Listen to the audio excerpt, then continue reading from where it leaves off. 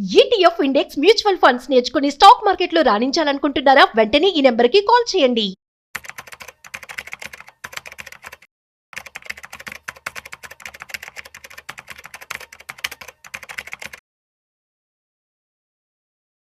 నమస్తే, welcome back to Suman TV. Present మనతో పాటు ఉన్నారు stock market analyst Sundar Rama Reddy గారు. నమస్తే సార్. నమస్తే ma'am. Sir, gold and silver మరి కొంచెం తగ్గాయి అనుకునే లోపే మళ్ళీ పెరగడం చూస్తున్నాము. అంటే ఈ ధర ఇంతే ఉంటుందా? మళ్ళీ పెరిగే ఛాన్సెస్ ఏమన్నా ఉన్నాయా? లేదంటే మళ్ళీ 1,30,000, 1,40,000 ఏమన్నా వస్తుందంటారా? నో, బేసికల్గా లాస్ట్ 10 days నుంచి టూ మచ్ మార్కెట్ షేప్లో రాలేదండి. రఫ్గా అరౌండ్ 1,60,000 చుట్టూ రన్ అవుతుంది అది. అండ్ సిల్వర్ కూడా అంతే 2.5 lakh మధ్య రొటేట్ అవుతూ ఉంది. అంటే ప్రతిసారి వరల్డ్ మొత్తం మీద ఏంటంటే అన్సర్టనిటీలు ఎక్కువ కొద్దిగా అది పాజిటివ్ బ్యాస్ మీద మూవ్ అవుతుంది. రీసెంట్గా ఏంటంటే గల్ఫ్లో యుద్ధానికి రెడీ అవుతున్నారు వీకెండ్లో అన్నట్టు షార్ప్ మూవ్ అయింది అనమాట అది. బట్ ఇప్పుడు ఈ వీకెండ్లో ఏం జరగలేదు కాబట్టి మళ్ళీ అవి స్టేబుల్గా ఉండే ఛాన్స్ ఎక్కువ ఉందన్నమాట. ఏదైనా కానీ వరల్డ్ వైడ్గా లిటిల్ బిట్ అన్సర్టనిటీ వచ్చినప్పుడల్లా and gold silver remaining commodities ఉలిక్కి పడతా ఉంటాయి. అంటే పర్టికులర్ గల్ఫ్లో ఏంటంటే మనకి ఇండియాకి వచ్చి మిథనాల్ కావచ్చు, లేకపోతే గ్యాస్ కావచ్చు, లేకపోతే పెట్రోల్ డీజిల్ కావచ్చు, అల్యూమినియం కావచ్చు, సల్ఫర్ కావచ్చు, యూరిక్ యాసిడ్ కావచ్చు, ఇవన్నీ ఎక్కువ అటు నుంచి వస్తుంటాయి. అందుకనే దాని ఎఫెక్ట్ స్పెషాలిటీ కెమికల్స్ మీద, ఆయిల్ అండ్ గ్యాస్ మీద టూ మచ్ ఉంటుంది గల్ఫ్ నుంచి వచ్చేది. అందుకని యుద్ధం జరగకపోయినా ఆ ఉధృత వాతావరణం ఉంటే చాలు 1 month ఇక్కడ రేట్లన్నీ పెరిగిపోతాయి బై డిఫాల్ట్ అనమాట. ఎప్పుడైతే ఈ అన్సర్టనిటీ ఎక్కువ అవుతుంటుందో ఈక్విటీ మార్కెట్ ఏమో డల్ అవుతుంది అండ్ ఈ సిల్వర్ గోల్డ్ ఏమో మూవ్ అవుతూ ఉంటాయి. ఆ ఎన్విరాన్మెంట్ అలా ఉంటే ఈ మూవ్ అవుతూనే ఉంటాయి. ఇంకా ఎంతకాలం మూవ్ అవుతాయి మనకి తెలియదు అనమాట. కాబట్టి గల్ఫ్లో ఇష్యూ ఉన్నంతకాలం, అమెరికా వాళ్ళు అక్కడ నౌకల మీద వాళ్ళ దేశం చుట్టూ ఉన్నంతకాలం ఎంతకంత పాజిటివ్ బ్యాస్ మీద రన్ అయ్యే ఛాన్స్ ఎక్కువ ఉందన్నమాట.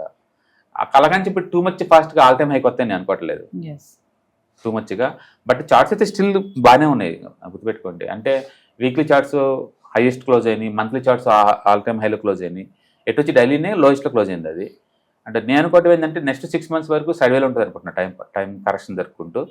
కాబట్టి మన గోల్డ్ 1.5 lakh అట్లానే రొటేట్ అవుతూ ఉంటుంది. సిల్వర్ అయితే 2.5 lakh రొటేట్ అవుతూ ఉంటుంది. అంత హర్రీగా ఆల్ టైమ్ హైకి అయితే వెళ్ళదు.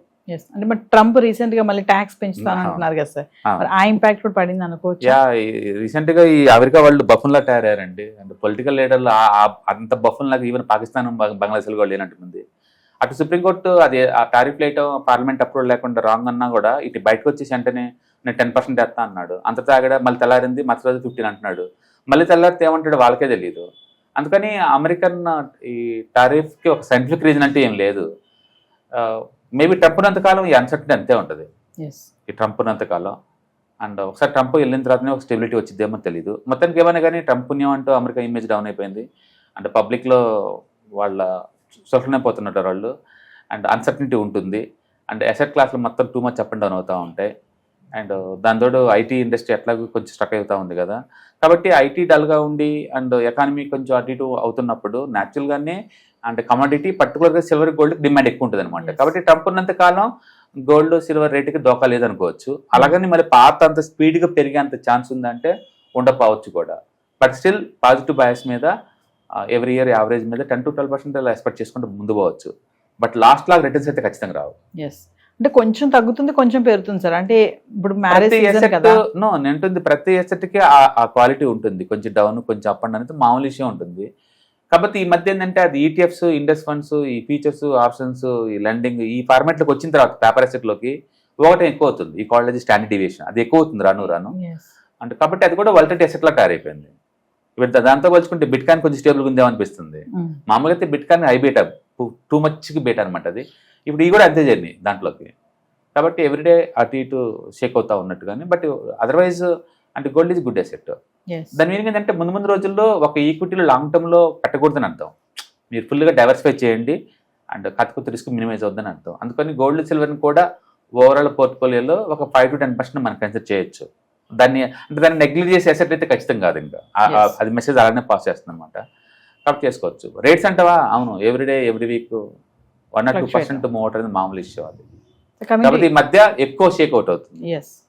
ఇన్వెస్ట్మెంట్ పరంగా మాట్లాడుకుంటే సార్ మరి ఈ టైం కరెక్టే అంటారా? ఇన్వెస్ట్మెంట్ చేయొచ్చు రైట్ రాంగ్ అనే బదులు మీరు 5 years మీకు కావాలి అనుకున్నప్పుడు యావరేజ్ మీద ఎస్సీపీలు చేసుకుంటూ పోయాం అనుకో, తప్పేం లేదు కదా. బట్ లంసంకి ఇది రైట్ టైం అంటే ఖచ్చితంగా కాదు.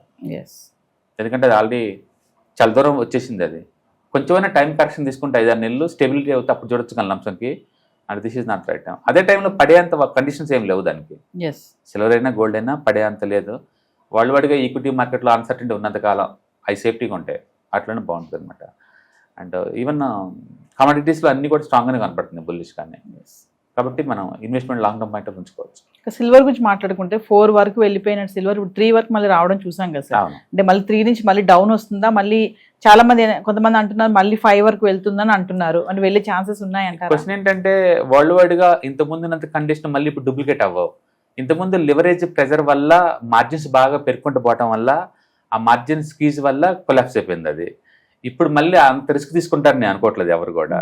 ఒకవేళ తీసుకుంటే ఏమవుద్ది నెక్స్ట్ ఏంటంటే ఒకసారి డ్రాప్ అయింది మళ్ళీ ఇది పైకి ట్రై చేసింది అనుకోండి, దాన్ని డబుల్ టాప్ ప్యాటర్న్ అంటాం మేము. ఆ ప్యాటర్న్కి వచ్చింది అనుకోండి, ఇంతకుముందు షార్ట్ కొట్టులు మళ్ళీ కొడతారు. అంటే ఇంతకుముందు ఎవరైతే 4,20,000 దగ్గర అమ్మారో మళ్ళీ ఈసారి అక్కడ అమ్ముతారు. అమ్మినప్పుడు అది కిందకు వచ్చేస్తుంది. ఈ లోపు ఇప్పుడు 2.5 lakh దగ్గర కొన్న వాళ్ళందరూ ఆ 4.2 lakh దగ్గర ప్రాఫిట్ బుక్ చేసుకుంటారు.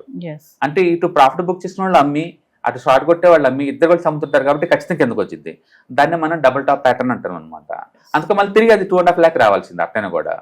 ఒకవేళ 4.5 lakh వెళ్ళి అక్కడ పడకుండా 5-6 నెలలు గడిపితే అప్పుడు కప్ అండ్ హ్యాండిల్ ప్యాటర్న్ వస్తుంది.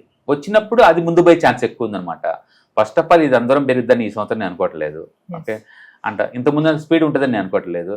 కాబట్టి టైం కరెక్షన్ తీసుకుంటుంది ఒక 5-6 నెలల వరకు. ఆ తర్వాత డిసైడ్ అవుతుంది పోదామని. Stock market analyst Sundar Ramareddy గారివి ఫిబ్రవరి 28, మార్చ్ 1వ తారీఖున సాయంత్రం 6 గంటల నుంచి 8 గంటల వరకు నిర్వహించబోయే ఆన్లైన్ క్లాసెస్కి అటెండ్ అవ్వండి. ETFs, mutual funds, index funds ఎక్కడ రిటర్న్స్ బెస్ట్ ఉన్నాయి, ఎక్కడ ఇన్వెస్ట్మెంట్ చేస్తే బెస్ట్ రిటర్న్స్ వస్తాయి, ఏ స్టాక్స్ బాగున్నాయి, ఇవన్నిటిపైన ఒక క్లారిటీ ఇవ్వడానికి ఈ క్లాసెస్ నిర్వహించబోతున్నారు.